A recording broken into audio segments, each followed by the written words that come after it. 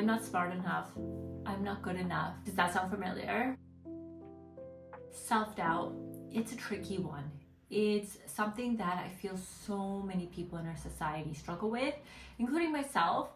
It's something that I've been working on for a little while now. And so in this video, I'm going to share with you how I am eliminating self-doubt in my life and how every day I'm seeing it show up less and less and less. And I'm starting to have just more self-trust in myself. What exactly is self-doubt? Self-doubt is having a lack of faith in yourself, and it's not trusting your own abilities, actions, and opinions. It can show up in your life like perfectionism, constantly asking for other people's reassurance, second-guessing yourself. These are just a few of the ways. I'm going to mention a few more later on in this video. But if this calls to you, keep watching. I'm going to talk a little bit about the methods that I have used to eliminate self-doubt, and hopefully these will help you too. Where does self-doubt come from? We are not born doubting ourselves. This is something that throughout our childhood, throughout our lives, we're sort of taught how to do. If you think about it, how many times in your life did you have an intuitive hit about something? Did you know in your gut that something was right? And you were told that you were wrong, only to later figure out that you were right actually all along.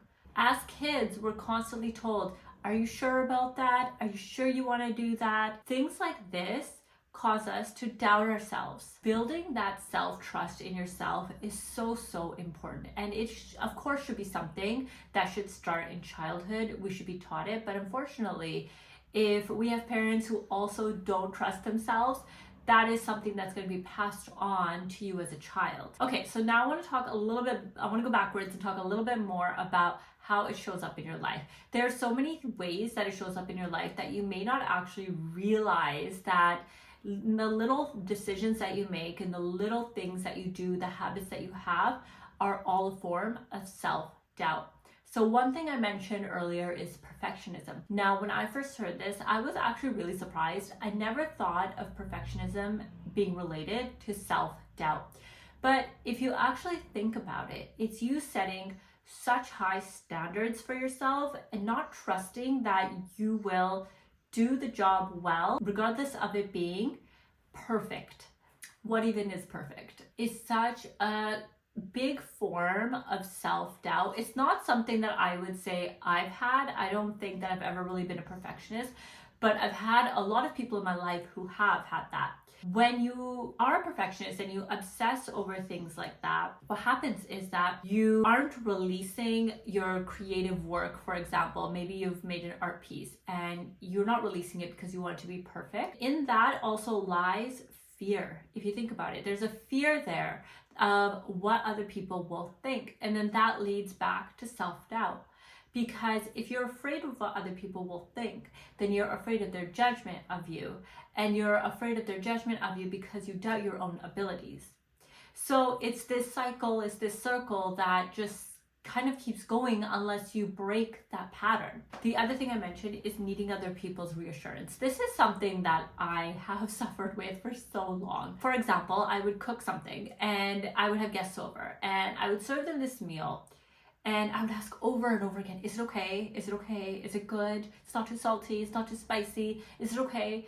And they would be like, yeah, Neha, it's great. Yeah, Neha, it's great. Like, don't worry about it. It's great. I would just not trust myself, and I would constantly think they're lying to me. Like, I'd be like, it's not good. Yeah, they're lying to me. I would be constantly doubting my own abilities. And that for me has been such a big one for me to move forward from. And now I sort of see that within certain people around me. Certain people in my life that I grew up with actually have that quality, and now I see where I got it from. So it's really interesting when you are moving through a space like this where you're eliminating self-doubt and you're going through the patterns and it's like really thick and muddy, and you start seeing it show up in your life with the people around you who also exhibit this, but also within you. One thing I've learned is when you are trying to break a pattern, it's going to show up in your life in huge ways, because it's almost like the universe is telling you, are you sure you want to break this? And it's sort of testing you to make sure that you're actually ready to let go. So as you start to eliminate self-doubt, just be very aware that things are going to show up in your life that are going to make you doubt yourself. And it's up to you to move forward from those and to really break that pattern. Second guessing yourself. Oh, this is a big one. It shows up when you are asked to make a decision and you don't know if that decision is right or wrong. Getting in tune with your intuition is really key to this part. We've ignored intuition for so long, and it takes some time to get back in tune with it. Another form of self-doubt, self-criticism. I'm not smart enough. I'm not good enough. Does that sound familiar? Always thinking that you're gonna be unable to do the things that you want to do, that job that you want, that promotion that you want, but there's something inside of you that's making you doubt yourself. That little niggling fear, that feeling of I'm not good enough, that imposter syndrome, that's self-doubt. Overthinking, this is another one. Oh my gosh, I totally suffered from this. Overthinking to the point where you stop doing what you wanted to do. So this may show up as like a business idea that you have, a beautiful, amazing, creative business idea that shows up in your mind and you're so excited about it, and then you start thinking about it, and through 2 days later you decide not to go ahead with it because of self-doubt. You make up an excuse. I don't have the time, I don't have the abilities, and you make up an excuse to not do it. You basically are only focused on your perceived faults. So everything that can go wrong, you're focused on that. You're focused on the things within yourself that your mind makes up, by the way, that are faults. Because at the end of the day, your mind wants to keep you safe, your ego wants to keep you safe. And when you're starting on a new business venture or you're starting something new, maybe it's even a relationship, then your mind is going to come into play and tell you how you're not good enough to be with that person, or you're not good enough to start that business. This would happen to me all the time when it came to businesses and creative ideas. And it's still to this day, I get so many creative ideas that I have to take a step back and actually look at it from a point of view of, is this self-doubt coming in for me? Or is it actually not a viable business idea? A lot of these things you may relate to, you may not relate to, but as you start to sort of become more aware of your habits and the things that are happening in your life, you'll start to see how self-doubt is creeping into your life on a daily basis. The best and only way to really get over this is to cultivate self-trust. The first thing I'll say is being very, very gentle and kind to yourself. This is what will make a massive difference to how far you come along, and also noticing how far you've come as you start doing the work. So the number one, very first thing you have to do if you are ready to eliminate the self-doubt is decide to take 100% responsibility for your life. I say this about everything, whether you want to come out of the victim pattern, whether you want to just change your life, you have to take 100% responsibility for your life. And pretty much say that to yourself every single day. Literally wake up in the morning, look at yourself in the mirror and say, I am 100% responsible for my life and everything that happens in it. When you are ready to take that responsibility and when you deeply feel it on the inside is when things will start to change. You must also come to terms with the fact that you are going through this. Do not let your ego come in the way and say, I'm not a victim, I'm not going through self-doubt, like these are just little things going on in my life. You have to say, you know what, yeah, I am facing self-doubt and it's showing up in my life way too much and I want to get rid of this. Again, that's taking responsibility for your life.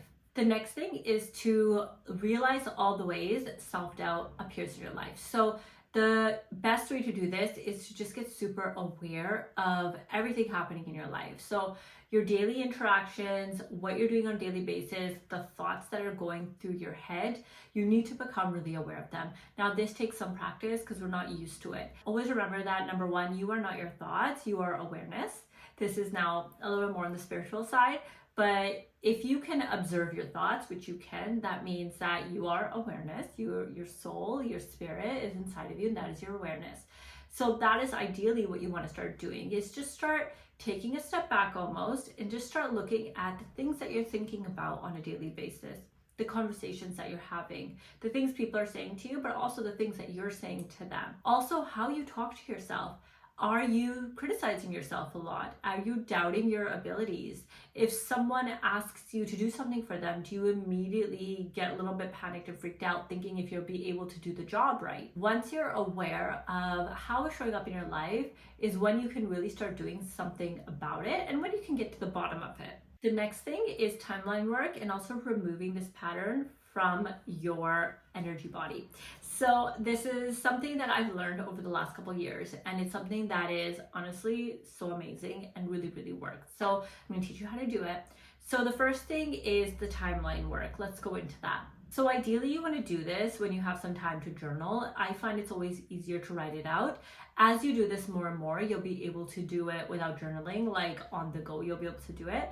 But as you're starting out on it, the journaling really, really helps with it. So the first thing that you want to do is think about a situation where you exhibited self-doubt. Something in your life that happened recently where you really, really felt bad about yourself, criticized yourself, or had some sort of self-doubt. Then think about how it made you feel. For some people, this may be frustration, anger, panic. What is the feeling that is associated with it? Next, where do you feel it in your body? This is a really interesting one because we are not used to being in our bodies. Like, we live up here, we live in our mind. This exercise will actually help you get in tune with your body and help you sit with yourself in your body. And as you do more of this work, you will start to get more in tune with your body and you will start to feel the difference. For me, for example, I feel it usually here, like in my chest. I can sometimes feel it in my shoulder. I can sometimes feel it in my head. It's different for everyone. And so just trust what is happening within your body. Don't doubt it. Again, we're working on self-doubt here. Don't doubt it. Next, you want to sit with that emotion. Now, this is so hard because we're told to, again, ignore our body and ignore these emotions and stuff them down. Sit with that emotion. Where do you feel it? So for me, if I feel it in my chest, I just sit with it and I breathe, take deep breaths, and almost just let it run its course. And it doesn't take very long, maybe a few minutes, if that.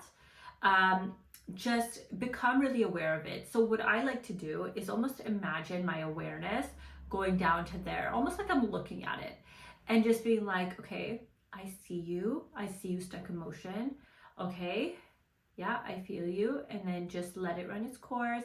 You feel it sometimes moving and then it'll just release from your body. For me, that's how it feels. This is sort of like somatic work, and I'm not a somatic body practitioner, but this is something that I have learned over the years that I'm doing inner work, is that it releases that stuck emotion. It allows you to come to terms with what's happening and it allows you to move forward. And the more you do this, the easier and quicker it becomes. Something else you could also do is just put your hand where that feeling is so that your awareness goes down to it. Sometimes that helps as well. And just then feel it through your body. Feel that stuck energy, that tightness, or that pain, and let it leave. It needs that awareness. It needs you to be aware of it. I honestly feel that if children are taught this from a young age, how different the world would be. We would not be walking around with stuck, angry, frustrated, panicky, anxious emotions in our body and taking it out on the people around us. Next, we're going to do a little bit of the journaling work now that's associated with the self-doubt. So now that the emotion is gone, we're going to write about it. So I want you to now just sit with that thought again of that self-doubt. And I want you to just ask yourself, when was the first time in your life that you remember feeling this way? And again, don't doubt the first memory that comes up. It could have been like a year ago, or it could be from when you were 6 years old or younger, or maybe you were a teenager. Just go with the first memory. There's probably multiple memories. So the first one that comes up, perfect, we'll work on that one. So when was the first time that you second guessed yourself, that you felt like a lot of self-doubt? What was the situation and who was there with you? It's usually a parent or a guardian of some sort. What's happening? Write it all down. What was said to you? How did it make you feel? Now we're going to get more into the timeline work. As the older, wiser, more loving person that you are today, if you could go back to that younger version of you, what would you say to yourself? What would you say to that little version of you? And always have lots and lots of compassion. There may be tears that come out. There may be a lot of emotion. There may be anger. There may be frustration.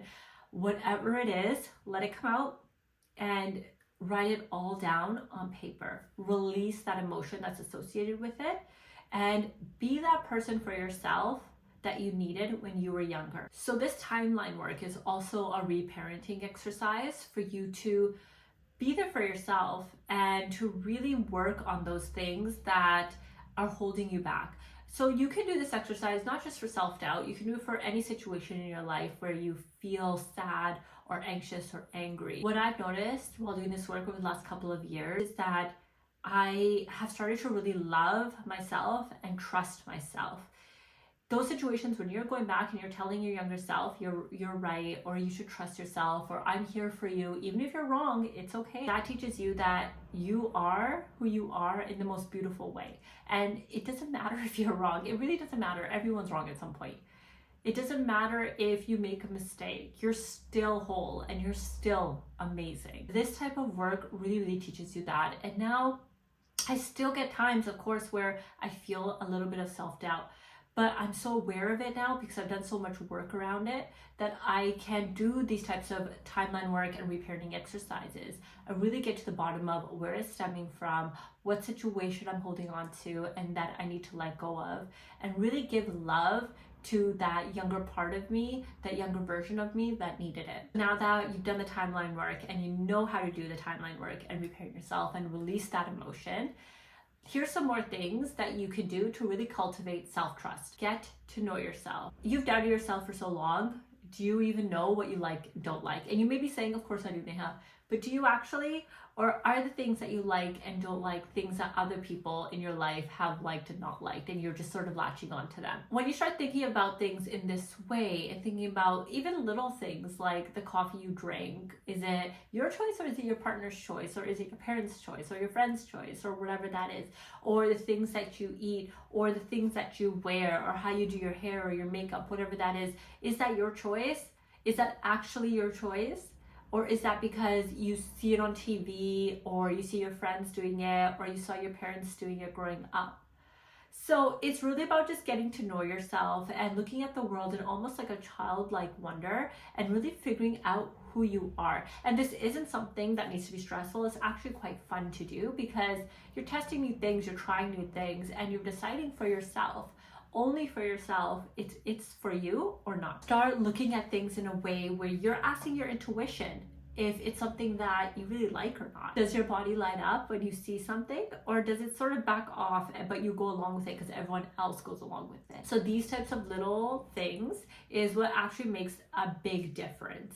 Self-criticism, I just want to tackle this one because this is a big one that a lot of us face. And this is just having really unkind thoughts about yourself and thinking you're not good enough.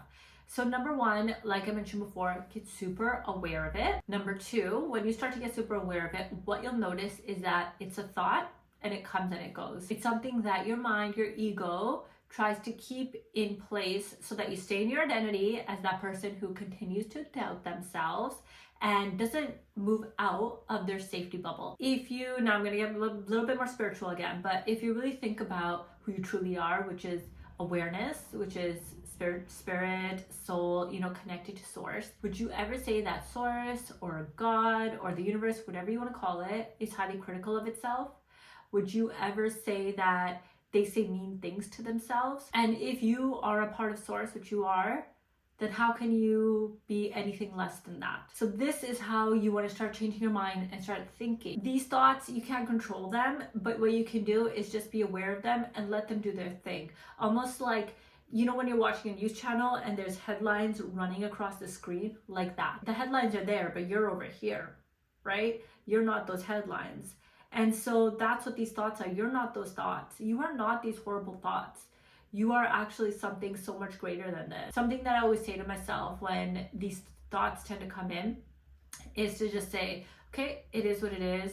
I'm aware of you. You're here. Just run your course. And what also happens is that when you get aware of them, they just disappear. And this is something that I learned from also the book, The Power of Now by Eckhart Tolle, is that your awareness will drive these things away. Nothing that is not love and true can survive in your awareness. So this is why having awareness of your thoughts is so key to all of this, to everything. The other thing that you can do, if that is a bit hard for you to do, is just imagine how that little version of you would feel if you said those unkind things to them. Or if a little version of you is hard to imagine, think about your niece or your nephew or a child. You would never ever say those things to them. Instead, you would want to fill them with love and kindness and compassion And so do that for yourself. You deserve the same. Once the thoughts are gone, it's time to do something really kind for yourself. So it doesn't need to be something big. Like, you don't need to go out and buy yourself a new outfit. I mean, if you want to, sure. It can be something as simple as just getting a cup of coffee and reading your favorite book. What is it that is going to make you feel like you're giving back to yourself and you're being nice to yourself? Because these are the times when you've been really mean to yourself to then do something for yourself. I know people who will take themselves out for ice cream, almost like they're taking that little version out for ice cream.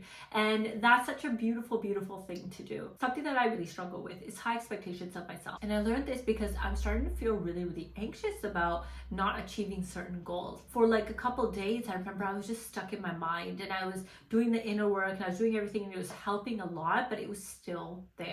So what I did is I sat down and actually journaled about it. I journaled about exactly how I felt and what was going on in my life. I wrote 5 pages out, and by the end of it, I knew that it was the high expectations I had of myself, which is something I had picked up growing up. So once I knew what it was, I went back and I did timeline work on it and I started to reparent myself. And even though it's something that still happens where the high expectations of myself come into my mind, I'm aware of it now, so I'm able to sort of understand why it's happening and have more compassion for myself and work through it.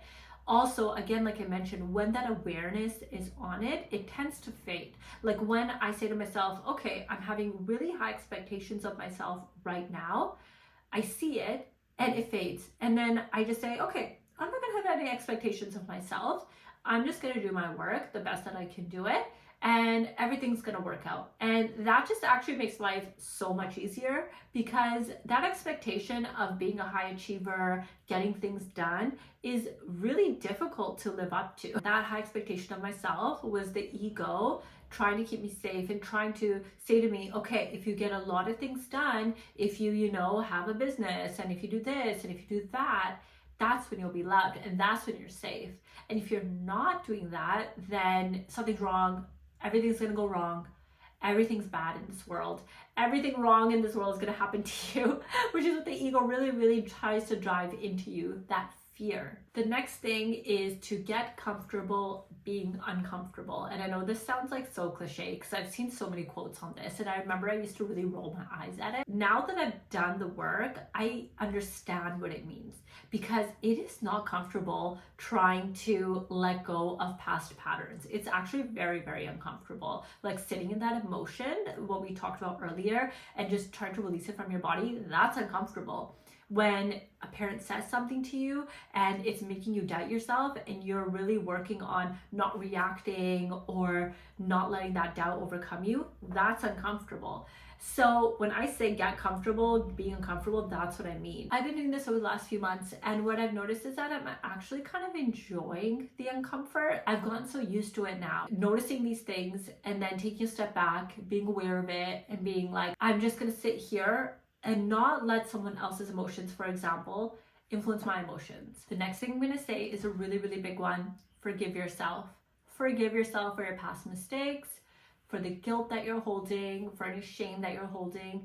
This does take time, and I would also recommend doing the timeline work that we did and reparenting exercises around this. But where you are right now and who you are right now is not the same person that made those decisions in the past. Yes, you've made mistakes. So has every other person on this planet. The next thing is affirmations. So there's one affirmation I say to myself daily throughout the day, and that is, I trust myself. And affirmations is something that I always, before I started doing them, I would roll my eyes at. I had tried them. I never really saw the effect of them. But what I will say is that when I used to try them before, I would give up after like 5 minutes. I would do them for like 5 minutes. I'd be like, this isn't working. But what I've noticed with affirmations is that, number one, you have to really, really feel them when you say them. Like when you say, I trust myself, be so present with it and really feel it within your body.